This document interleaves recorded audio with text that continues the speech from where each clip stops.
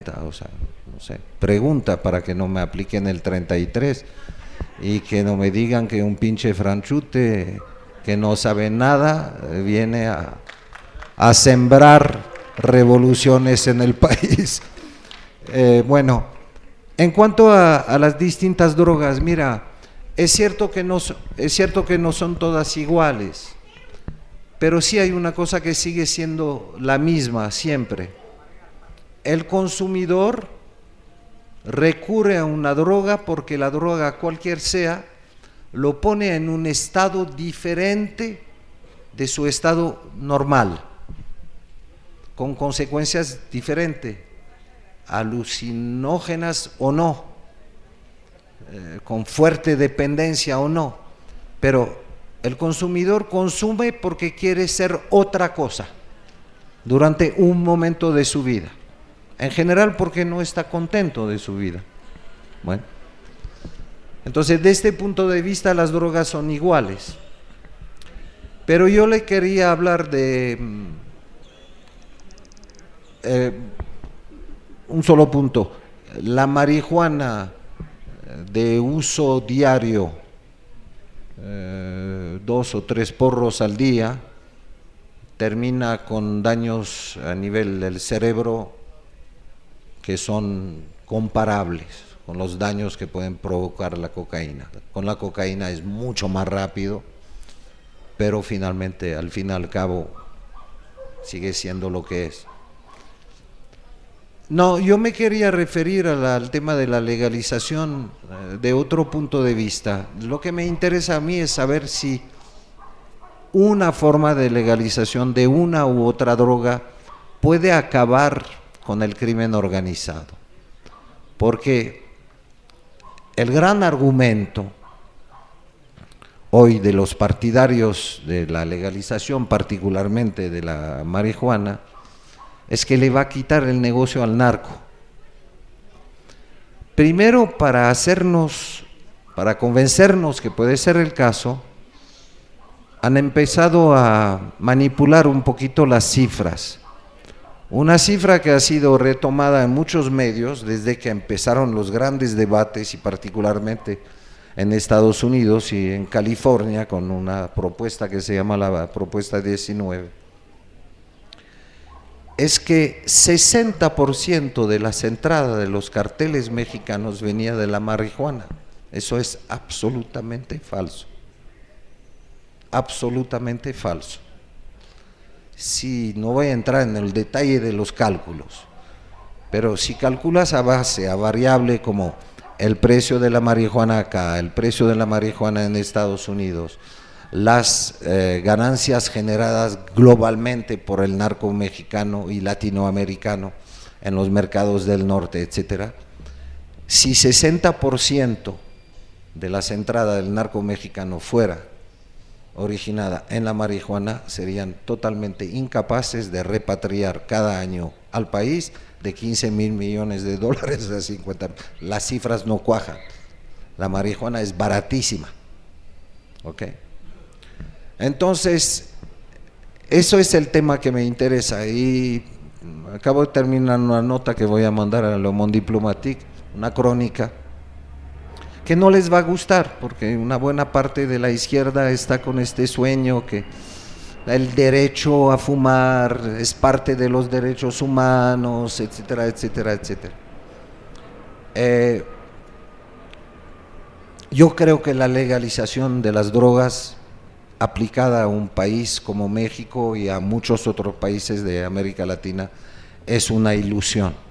Y tomando el ejemplo de nuestro amigo Chente,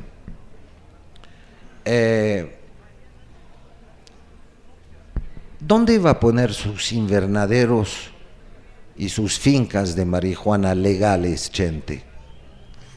Las mejores zonas que producen la droga apreciada en Estados Unidos están en el así llamado Triángulo Dorado, entre Durango, Sinaloa y Chihuahua, en Guerrero, poquito, y un poquito en Sinaloa, en otra parte de Sinaloa. Esas zonas son zonas donde desde hace 30 años el ejército, la marina y la policía no ha podido establecerse, ni siquiera a veces puede entrar. No hay control sobre los campos de producción.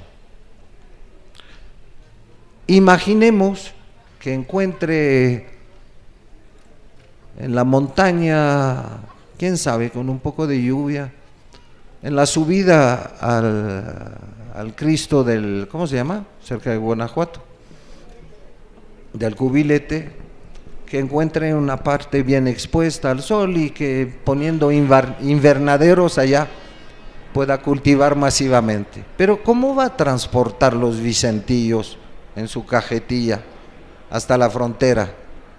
¿Qué va a decir la competencia? La competencia que nos acaba de comprobar durante 2 sexenios que es capaz de cualquier cosa para evitar que la competencia le haga daño. Y de repente será porque Chente cree en la Virgen de Guadalupe y que probablemente el jefe del cartel de Michoacán también, el templario, le van a consentir la empresa, le van a permitir que pase su droga. Tú no puedes lanzarte en un negocio legal cuando no controlas las zonas de producción y cuando menos puedes asegurar las vías de transporte hasta los mercados de consumo. Y esta misma historia se repite con más dificultad todavía si hablas de la cocaína.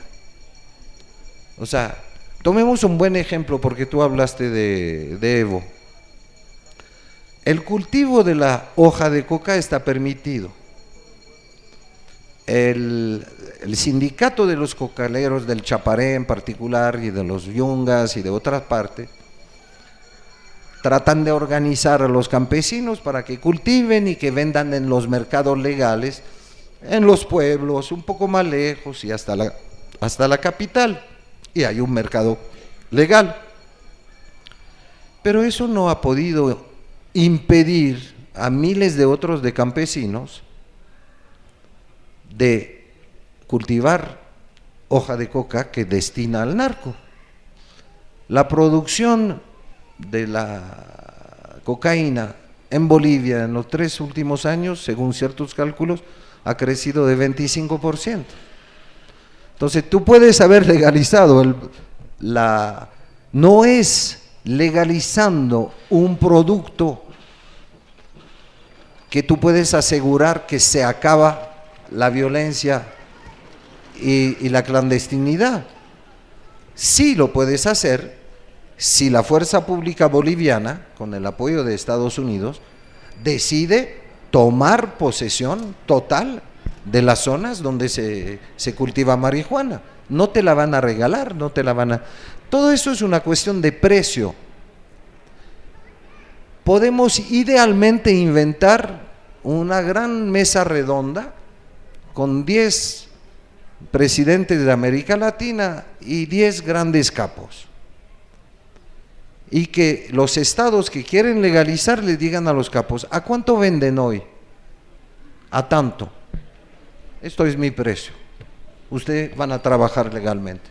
El narco es un comerciante, le vas a ahorrar el brazo armado, las matanzas, la muerte, van a poder gozar si mantienes el precio.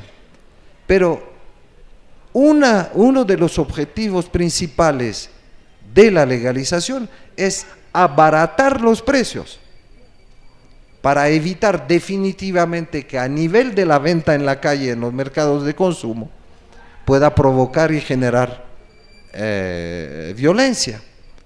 Entonces, pensar que un ejemplo, Uruguay, que no consume mucha, está a punto de legalizar la marihuana. Okay. Si esta marihuana la cultivan a la vista de todos en partes de Uruguay totalmente controlada por el ejército y la fuerza pública, si el ejército se da la tarea de proteger esos cultivos y de proteger después el tránsito hasta el consumidor, eventualmente podemos pensar. Pero sí, como lo creo, el negocio principal de la marihuana en Uruguay es un negocio originado en una frontera ciega que queda a la frontera de Brasil y de Paraguay. Negocio totalmente clandestino, o sea, no se cultiva suficientemente marihuana en las casitas, en los jardines para abastecer la demanda. Es el mismo fenómeno en Estados Unidos. Ese negocio de la frontera entre Brasil y Paraguay está hoy entre las manos de organizaciones que también trafican cocaína y que utilizan Paraguay como un puente de exportación de la cocaína hacia África para llegar después a Europa. Es una de las nuevas líneas que existen. ¿Cómo ese narco va a aceptar que una parte del negocio ¿cómo lo vas a obligar a aceptar? Yo me refiero solamente al tema, a la relación legalización crimen organizado, no quiero meterme en temas morales o políticos. En el caso de México con la marihuana, te dije que había una cifra falsa, 60% supuestamente dicen de los ingresos de los narcos mexicanos vienen de la marihuana, eso lo puedo desmentir totalmente. Otra cosa que puede avanzar como cifra para hacer entender la dificultad del problema, al día de hoy, aparte a pesar de un incremento notable de la producción de marihuana en estados como California, Oregón y hasta Washington, que me extraña, yo no sé dónde la cultivan con el frío que hay en el invierno, serán sistemas de invernaderos, pero al día de hoy y por muchos años, antes que se legalice la producción masiva de marihuana en Estados Unidos, que va a tardar mucho, porque hasta el muy progresista Obama está en contra, lo ha dicho, de la producción industrial de marihuana en Estados Unidos, va a depender el consumidor norteamericano de la producción mexicana. O sea, si hoy el consumidor norteamericano no tiene acceso a la marihuana mexicana, no tiene lo suficiente. Y como lo decía anteriormente, ¿dónde está esta producción? Está en lugares que están controlados por el crimen organizado. Entonces yo creo que podría desarrollar mucho tomando otros ejemplos, etcétera. Con la cocaína es el peor de los casos. Prácticamente lo esencial de la cocaína viene cultivada en una zona de Colombia que, a pesar del Plan Colombia, a pesar de todo lo que ha pasado, sigue siendo una zona incontrolable por el ejército y la policía. En gran parte, porque hay que reconocerlo, está bien o está mal, cada uno lo decidirá, las FARC han decidido amparar a los campesinos, amparar su derecho a salir de la miseria cultivando hoja de coca. ¿Cuánto tiempo va a durar la negociación con las FARC? Si es exitosa. Y aceptemos que se desmovilice las FARC. ¿Usted creen que los paramilitares que todavía existen en el país y el propio narco va a constituir el aparato armado que pueda sustituir la protección que las FARC dieron a los campos? Claro que lo van. Las ganancias son tan enormes que tú puedes invertir a fondo perdido. La diferencia de precio, o sea, el precio de la pasta de coca, que es el primer producto refinado a partir de la hoja de coca en los pequeños laboratorios de la selva colombiana, el precio de esa pasta se multiplica por 500, llegando al consumidor final en San Petersburgo o en... ¿Cómo van a abandonar una ganancia de 500%. Pueden invertir en brazos armados, ya tal vez, a mí no me extrañaría que en este momento los narcos colombianos estén pensando en cómo sustituir a las FARC una vez que termine las negociaciones. O sea, la ganancia es tal, no ha existido en la historia de la humanidad un negocio rentable como este. Entonces por eso me llama mucha la atención que gente por moda, por no sé qué razón, nos trate de convencer que la legalización por el resolver tal vez puede apoyar, pero hay pasos previos que hay que tomar: reducir el consumo, luchar contra el consumo en la calle en Estados Unidos, luchar contra el lavado, no permitir que… Yo encontré, lo cuento en este libro, una historia completamente loca, vieja ya, pero para darle una idea. Varias represas que se han construido en Europa en los 20 últimos años han sido en parte financiadas por plata personal de Pablo Escobar a través de bancos en Luxemburgo. Entonces también, si de repente se acaba el negocio, ¿cuánto pierde cada una de las economías concernidas? Hay países que no, en Malvinas no es un pedo, o sea, no les importa, pueden legalizar mañana, o sea, pero hay países como México, como muchos de América Latina, como Estados Unidos, como Francia, te doy el ejemplo de la Costa Azul. O sea, se ha construido desde que la mafia rusa decidió venir a lavar su dinero en la Costa Azul en 20 años ha cambiado completamente desde 1991. Entonces solamente yo quiero alertar sobre este punto, o sea, pensarlo, ok, uno puede aceptar la idea, a un momento u otro puede ser uno de los elementos, pero legalizar hoy no es fácil. Primero, ¿cuántos países, cuántos gobiernos están decididos? Obama, que en principio está de acuerdo con toda una serie de cosas, ha dicho sí, la pequeña producción local, ¿por qué no? Pero la producción industrial a nivel del país, no. Santos dice que, ¿por qué no? Pero sabe que no lo puede hacer, o sea, tiene el problema ahí, está peleando con el problema desde hace 20 años. Que los campos de coca estén controlados por los propios narcos, como fue al principio, o por la guerrilla, o por los paramilitares, de todo modo el Estado no ha tenido nunca el control de los campos. Entonces solamente quería alertar sobre esta ilusión que de repente vamos a resolver todo.